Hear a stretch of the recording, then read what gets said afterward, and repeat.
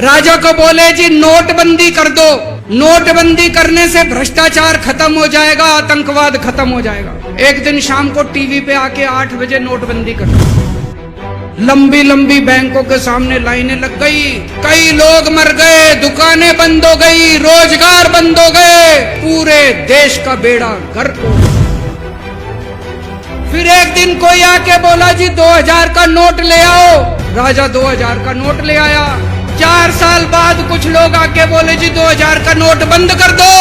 राजा ने 2000 का नोट बंद कर दिया। राजा को अक्ल तो थी नहीं, बेवकूफ था, अनपढ़ था।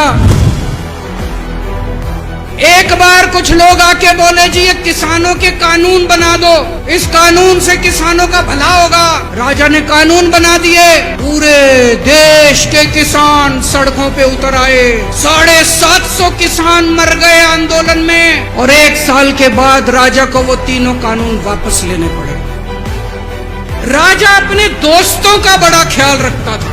एक दोस्त ने 10,000 करोड़ रुपए चोरी कर लिए, राजा ने उसको देश से भगा दिया। दूसरे दोस्त ने 20,000 करोड़ चोरी कर लिए, राजा ने उसको भी देश से भगा दिया। पर एक दोस्त ऐसा था जिससे राजा की ज्यादा ही दोस्ती थी। उसको उन्होंने सारे एयरपोर्ट बेच दिए, सारे जहाज बेच दिए, सारे सी पोर्ट बेच दिए, खदानें बेच दी। उस दोस्त पे राजा मेहरबान था। राजा का एक और दोस्त था। वो दोस्त इतना गंदा था कि उसने कुछ अंतर्राष्ट्रीय खिलाड़ी महिलाओं के साथ बदतमीजी करी, लेकिन राजा ने दोस्ती नहीं छोड़ी। चौथी पास राजा, ये कहानी एक राजा की है, एक चौथी पास राजा की कहानी है, एक अहंकारी राजा की कहानी है, एक भ्रष्टाचारी राजा की कहानी है। इस कहानी में राजा तो है, रानी नहीं है। तो एक महान देश था। उस देश के एक गांव में, बहुत गरीब घर में एक बच्चा पैदा हुआ।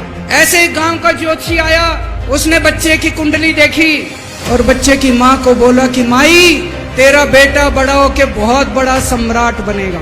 बच्चा धीरे धीरे बड़ा होने लगा। उसका पढ़ने लिखने में मन नहीं लगता था। पढ़ते पढ़ते क्लास करते करते चौथी में आके उसने नाम कटवा लिया। उसका पढ़ाई लिखाई में मन नहीं लगता। गांव के बगल में एक रेलवे स्टेशन था। वो बच्चा वहां स्टेशन पे जाके चाय बेचने लगा। बच्चा बड़ा हुआ, बड़ा होके बच्चा उस महान देश का सम्राट बन गया। लेकिन राजा तो अनपढ़ था, उसे तो कुछ आता नहीं था। वो राजा अनपढ़ था, उसे लगता था मैं अगर अफसरों से पूछूंगा तो मेरी कमजोरी सबके सामने प्रकट हो जाएगी। अफसरों को लगेगा मेरे को कुछ आता नहीं है। अफसर जो मर्जी लेके आते थे वहां साइन कर देता था। धीरे धीरे पूरे देश के अंदर फैल गया कि राजा अनपढ़ है, राजा अनपढ़ है। राजा को बड़ा बुरा लगने लगा। एक फर्जी डिग्री का जुगाड़ कर लिया, एमए की डिग्री का। पर सच्चाई तो पूरे देश को पता थी, राजा तो अनपढ़ था। धीरे धीरे राजा अहंकारी भी होता गया। अहंकारी राजा और ऊपर से अनपढ़। एक बार उस देश के अंदर बहुत बड़ी महामारी फैल गई। चारों तरफ महामारी फैल गई, लोग मरने लगे। किसी ने आके बोला जी थाली बजवाओ तो देश ठीक हो जाएगा। तो राजा ने पूरे देश में थाली और चम्मच बजवा दिए। महामारी तो नहीं बची, महामारी तो फैली रही। किसी ने आके कहा जी डॉक्टरों की जरूरत पड़ेगी, दवाइयों की जरूरत पड़ेगी, इंजेक्शन की जरूरत पड़ेगी, तब महामारी। राजा का एक और दोस्त था। उस दोस्त ने किसानों के ऊपर गाड़ी चढ़ा दी, रौंद दिया, कुचल दिया किसानों को। राजा ने अपनी दोस्ती नहीं छोड़ी। इस बात पे तो दाद देनी पड़ेगी कि राजा दोस्तबाज था। चारों तरफ अत्याचार हो गया। चारों तरफ देश के अंदर इनके अपने लोग जो थे वो बलात्कार करने लगे, गलत काम करने लगे, हाहाकार मच गया। जो राजा के खिलाफ बोलता राजा उसको पकड़ के जेल में डाल देता। एक दिन एक पत्रकार ने कार्टून बना दिया राजा के खिलाफ, उस पत्रकार को उठा के जेल में डाल दिया।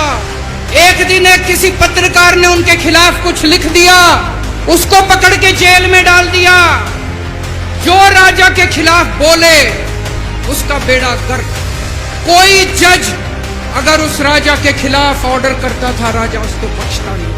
और एक दिन घनघोर बारिश आई, तूफान आया, ऊपर से आकाशवाणी हुई, सारे देश की जनता को भगवान ने कहा कि आप महान देश के लोग हो, क्या कर रहे हो, उठो, खड़े हो जाओ और इस अहंकारी राजा के खिलाफ सब लोग मिलकर आवाज उठाओ। और उसके बाद दोस्तों सोई हुई जनता जाग गई और 1 साल के अंदर उस अहंकारी राजा का राजपाट जनता ने उखाड़ के फेंक दिया और उसके बाद वो महान देश दिन दूनी रात चौगुनी प्रगति करने लगा।